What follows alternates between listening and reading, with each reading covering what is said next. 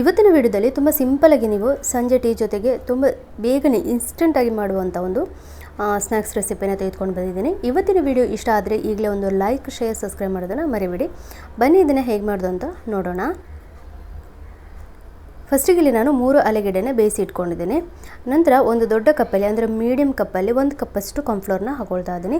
ನಾನಿಲ್ಲಿ ಸ್ಪೂನಲ್ಲಿ ಹಾಕ್ತಾ ಇದ್ದೀನಿ. ನಾನು ನಿಮಗೆ ಒಂದು ಸಣ್ಣ ಮೀಡಿಯಮ್ ಕಪ್ಪಲ್ಲಿ 1 ಕಪ್ಪಷ್ಟು ಮೈದಾ ಹಿಟ್ಟನ್ನು ಅಥವಾ ಕಾರ್ನ್ಫ್ಲೋರ್ನ ತೆಗೆದುಕೊಳ್ಬೋದು, ಅಥವಾ ಮೈದಾ ಹಿಟ್ಟು ಕಾರ್ನ್ಫ್ಲೋರ್ ಎರಡು ಮಿಕ್ಸ್ ಮಾಡ್ಕೊಳ್ಬೋದು. ಈಗ 3 ಆಲೂಗೆಡ್ಡೆನ ನಾನು ಅಂದರೆ ಮ್ಯಾಶ್ ಮಾಡ್ಕೊಳ್ತಾ ಇದ್ದೀನಿ. ಚೆನ್ನಾಗಿ ಗಂಟು ಏನೂ ಇರಬಾರ್ದು.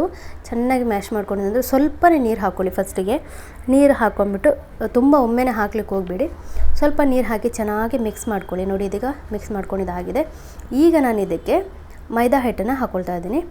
ನಾನು ಫಸ್ಟಿಗೆ ಖಾಲಿ ಕಾರ್ನ್ಫ್ಲೋರ್ ಅಷ್ಟೇ ಹಾಕಿದ್ದೆ. ಈಗ ಮೈದಾ ಹಿಟ್ಟು ಹಾಕಿ ಮಿಕ್ಸ್ ಮಾಡಿ ಇಟ್ಕೊಂಡಿದ್ದಾದ ನಂತರ ಈಗ ಇದಕ್ಕೆ ನಾನು ಚಿಲ್ಲಿ ಫ್ಲೇಕ್ಸ್ನ ಹಾಕ್ಕೊಳ್ತಾ ಇದ್ದೀನಿ. ನೀವು ಇದ್ದರೆ ಹಾಕಿಲ್ಲ ಅಂದರೆ ಪರವಾಗಿಲ್ಲ, ಇಲ್ಲಾಂದರೆ ನೀವು ಕಾಯಿ ಮೆಣಸನ್ನು ಕೂಡ ಸಣ್ಣ ಸಣ್ಣದಾಗಿ ಕಟ್ ಮಾಡಿ ಹಾಕ್ಕೊಳ್ಬೋದು.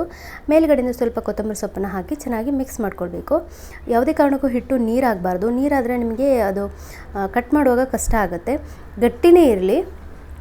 ಕಾರ್ನ್ಫ್ಲೋರ್ ಹಾಕಿದ ಮೇಲೆ ನೀರು ಹಾಕುವಾಗ ಜಾಗ್ರತೆ ಮಾಡಬೇಕು, ಸ್ವಲ್ಪನೇ ಹಾಕಬೇಕು. ಈಗ ಇಲ್ಲಿ ತುಂಬ ತೆಳುನೂ ಅಲ್ಲ, ತುಂಬ ದಪ್ಪನೂ ಅಲ್ಲ, ಆ ರೀತಿ ನೀವು ಲಟ್ಸ್ಕೊಳ್ಬೇಕು. ಈಗ ಸೈಡು ಸ್ವಲ್ಪ ತೆಗೆದುಕೊಳ್ತಾ ಇದ್ದೀನಿ ನಾನು. ಈಗ ನೀವು ಇದನ್ನು ಸಪೂರವಾಗಿ ಅಂದರೆ ಸಣ್ಣವಾಗಿ ಕಟ್ ಮಾಡ್ಕೊಳ್ಬೇಕು.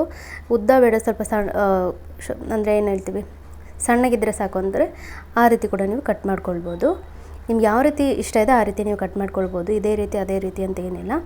ಆದರೆ ನೀವು ಫಸ್ಟಿಗೆ ಕಾರ್ನ್ಫ್ಲೋರ್ ಸ್ವಲ್ಪ ಜಾಸ್ತಿ ಹಾಕಬೇಕು, ಮೈದಾ ಹಿಟ್ಟು ಸ್ವಲ್ಪ ಕಮ್ಮಿ ಹಾಕ್ಬೋದು. ಮೈದಾ ಹಿಟ್ಟು ಬೇಡ ಅಂತ ಅನ್ನೋದಾದರೆ ನೀವು ಅಕ್ಕಿ ಹಿಟ್ಟು ಹಾಕ್ಕೊಳ್ಬೋದು, ಎಲ್ಲ ಗೋಧಿ ಹಿಟ್ಟು ಹಾಕ್ಕೊಳ್ಬೋದು. ಈಗ ನಾನು ಒಂದು ಸರಿ ಹಾಕಿದ್ದನ್ನು ಫ್ರೈ ಮಾಡಿ ಹಾಕಿದ ತಕ್ಷಣ ನೀವು ಸ್ಪೂನಲ್ಲಿ ಮಿಕ್ಸ್ ಮಾಡಲಿಕ್ಕೆ ಹೋಗಬೇಡಿ. ಸ್ವಲ್ಪ ಅದರ ಹಸಿ ಎಲ್ಲ ಹೋಗಿ ಸ್ವಲ್ಪ ಫ್ರೈ ಆದಮೇಲೆ ನೀವು ಇದನ್ನು ತಿರುವು ಹಾಕ್ಕೊಳ್ಬೇಕು.